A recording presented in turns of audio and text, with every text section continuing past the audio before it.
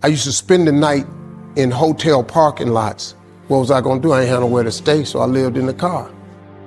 I had $35. And I said, come on, God, man, I've been trying to make this dream come true. You done left me out here like this. And I was crying so hard that he just said, I didn't like hear a voice or nothing, but he spoke to me in Harvey. He said, if you get up, I'm gonna take you places you ain't never been. Now I was finna quit. So I said, skip it. I'm gonna quit anyway. So I got in my car, I went to a payphone, and I was gonna call my dad. You remember back in the day where you could punch in a code and call your answering machine and get your messages? So I called and I punched in the code and it said, doop. He said, hey Steve, this is Chuck Sutton with Showtime at the Apollo. We saw a tape of you. You're very funny. If you could get here Sunday night, we'd love to put you on television. Call me back, let me know if you can make it. So I hung the phone up, I'm crushed. Cause my whole dream of being on TV, and I couldn't get to New York. I got $35. How I'm gonna get to New York? I can't make it. So I'm standing there at the phone booth and tears just coming down my face. I said, God, so that must be a sign for me to go home. Cause this it, I ain't even got the money to go to the Apollo. My whole thing that wanted to be on TV, I couldn't even make the dream come true. This is the most messed up moment. And so I said, man, let me call this dude back and see if he said this Sunday. Cause maybe he said next Sunday and I can hustle up a little bit of money or something. I don't know what I'm gonna do, but let me just call him back. So I called him back. Steve, this is Chuck Sutton, Showtime at the Apollo. We saw a tape of yours, you're very, very funny. Look, we have an opening Sunday night at Showtime at the Apollo. If you can make it, we'd love to put you on TV.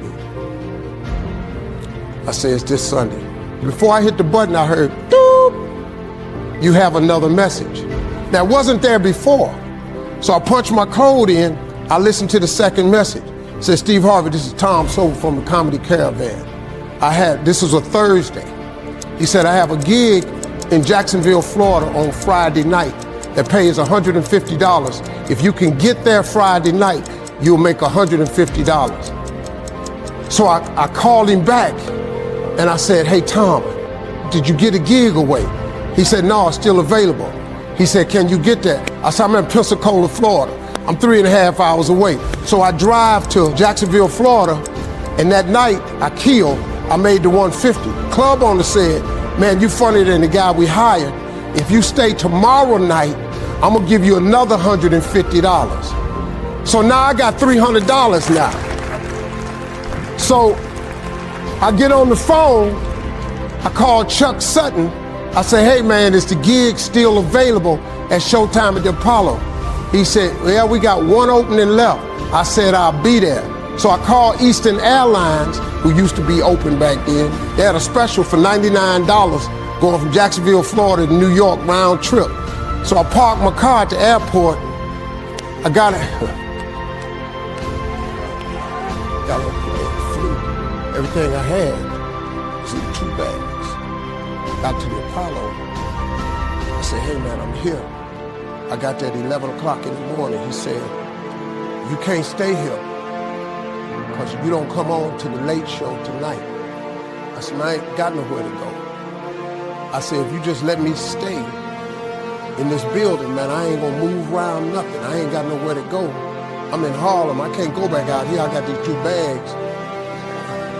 I got victim wrote all over me, man. So he said, all right, if you go upstairs, don't come down. So he put me in the dressing room on the 6th floor. So that's where all the comedians were. So I stayed up there. I got hungry around 3 o'clock and I couldn't take it no more. So I went back downstairs, a dude named Alton Liston. I said, hey man, he said, man, I thought I told you, don't come down them damn steps. I said, hey man, I'm just hungry, man. I said, let me go to that KFC I saw in the corner. Just let me get some chicken. I'll come right back. He said, man, if you ain't back in 20 minutes, you ain't getting in this building. So I went, bought me some chicken, came back. So the comedians started coming in the building. They started coming up on the 6th floor. So I meet this guy named D.L. Hughley. I introduced myself, he introduced himself. I'm sitting there, another guy come in named Dwayne Johnson. Then this other dude walked in named Jamie Foxx. And I introduced myself. We don't know each other, ain't none of us famous. It's 1991, man. They gave everybody the lineup. I was on the last show of the night. I don't go on to 11 at night. I done had this 4 pieces of chicken. I'm starving, man. That chicken done wore off. I'm nervous, man. I'm about to throw up. D.L. Hughley went downstairs. D.L. Hughley got booed off. Dwayne Johnson got booed off. Jamie Foxx went down there and got booed. They booed Jamie, then Jamie started singing. And then they started clapping. And Jamie had their ass, then he went back to them jokes, and they got his ass. So I'm walking down the steps and I see Jamie sitting on the steps. I said, hey man, hang in there. He said, man, that ain't never happened to me before, man. This is crazy. This Jamie Foxx, man, one of the most talented people in all of comedy. Now, you don't even know how nervous I am, man. I can't even, my breathing is shot because these dudes been booed. So I walk out, I had wrote this joke. Mike Tyson had got in a fight in Harlem with this heavyweight named Mitch Green. Mike Tyson had hit the dude in the eye in the store. Now he was on the news, his eye was swollen. So the joke I wrote was, they was interviewing Mitch Green and he was telling everybody what happened, but his eye took over the interview. And I wrote this joke that his eye started talking and was just, I'll tell you what happened. The heavyweight champ's fist is coming towards my face. I just said, Lord, Lord, Lord. And I wrote this whole joke about this dude's eyeball talking. And when the punch came, and all this, the Apollo, man, they went crazy. They lost their mind. I got a standing ovation, man. I walked off stage, man, just started crying. I couldn't believe it. They paid me. I made $750 for being on TV for one night. I'd never made $750 telling jokes in one night. And so that was my first television appearance. A couple weeks later, Sinbad was the host of the show. He got this job on Different World. And so he quit. And so Mark Curry became the host.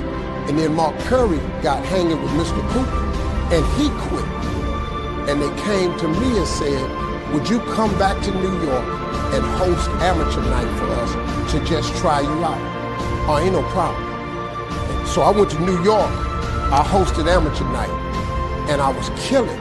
But every time we went to commercial break, I was supposed to let the warm-up act take over like Ruben did. But I knew not to let the warm-up act do that because he would change the attitude of the crowd because the Apollo was a wild place. So I stayed out there. I did the warm-up and the hosting. And I created a bond with that audience. And that's how I got on TV. It was my very first TV show. I hosted Showtime at the Apollo. I ended up being the longest running host in the history of Showtime Apollo. I did that show for 8 years. Nobody ever did it for 8 years. And that was my turn back moment. See, in your life, everybody has a turn back moment. You have a moment where you can go forward or you can give up. But the thing you have to keep in mind before you give up is that if you give up, the guarantee is it will never happen. That's the guarantee of quitting, that it will never happen no way under the sun. The only way the possibility remains that it can happen is if you never give up no matter what. Because God is always coming. He's never too late. At your worst moment, look man, when they told me I had to be in New York, I saw no way I could get there. But that God though, he make the phone ring. I end up in Florida, I make $300. Then I go to New York, I make $750. Almost got $1,000 out of nowhere. That's what happened to me. That was my moment of never giving up. That's when I first learned that faith was everything, that you have to remain faithful.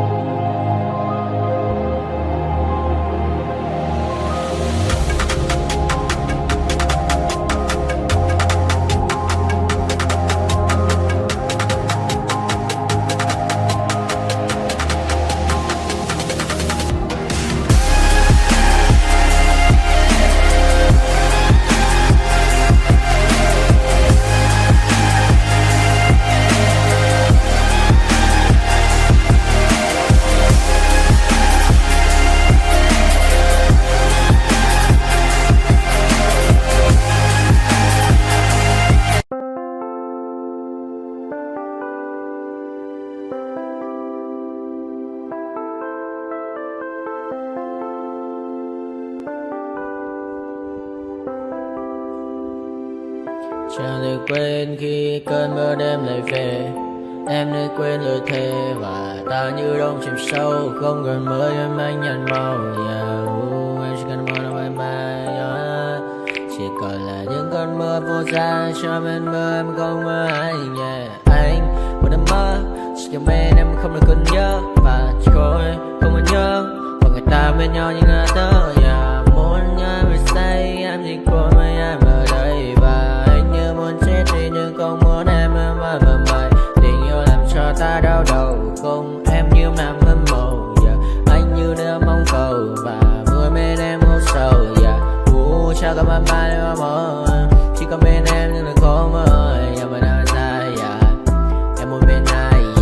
Anh không mong gì hơn. Chỉ mong em sẽ ở đây ôm anh thật gần. Anh chỉ mong đôi ta được có nhau. Mà đừng em đâu anh có em. Một đêm bên anh có em. Ta sẽ trao nhau môi hôn thật sâu. Ôm anh. I know you told your friend you're not okay. And tell me what's wrong and why you never said you felt that way. And guess you're trying to stay strong and fake a smile until I look away. But I've known you too long, it hurts to watch your blue eyes fade to gray as you fade away. As you fade away. Yeah, I'm about to fade away. Cause every time I wake up I feel like it's Monday. Something's going wrong with all the chemicals up in my brain. All of a sudden I don't look at anything the same way. Got a build up of my thoughts sitting in an ashtray. I'm sorry that I'm so inconvenient, okay. Just let me be me and I'll stay out of your way. I can see the way you look at me, I'm such a disgrace. I never really asked to be brought into this place. You wanna love me? Well then baby I have a taste. All the highs and the lows, no you'll never be the same. I don't really wanna hurt you but I can't control the pain. If you're sticking by my side maybe we could be okay. Okay, maybe you could be the change I need today. I promise that I've never felt this way. I really hope that you will choose to stay through all the pain. I know you told your friend you're not okay. And tell me what's wrong and why you never said you felt that way.